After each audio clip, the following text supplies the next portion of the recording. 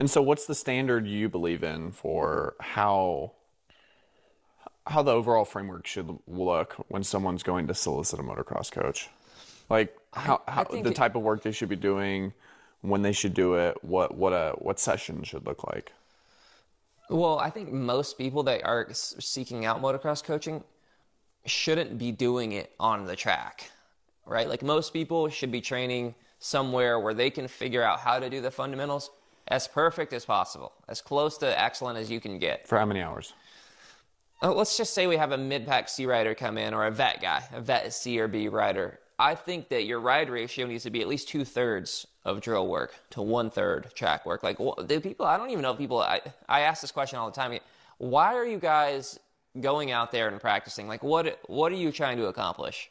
Like what is that track doing for you right now? Is it calming your nervous system so you can change your riding and improve it? Is it making you anxious where you feel like you're going to fall, or or are you trying to beat your lap time? Like, are you putting yourself in a fight or flight mode? And 9 times out of 10, people are like, yeah, actually, you're right. Like, I am pretty nervous out there. I am like fearful of these scenarios. I don't really know how to change that out there.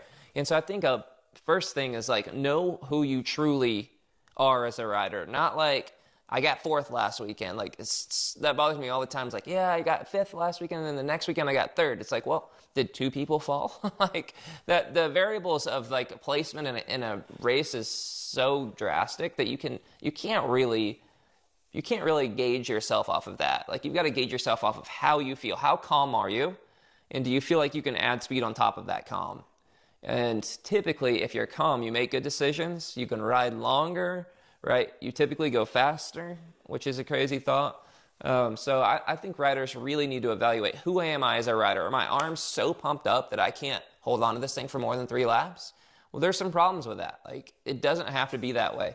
And are you a rider that can ride a really long time but doesn't have, like, you can't go into super sprint laps or having a lot of intensity?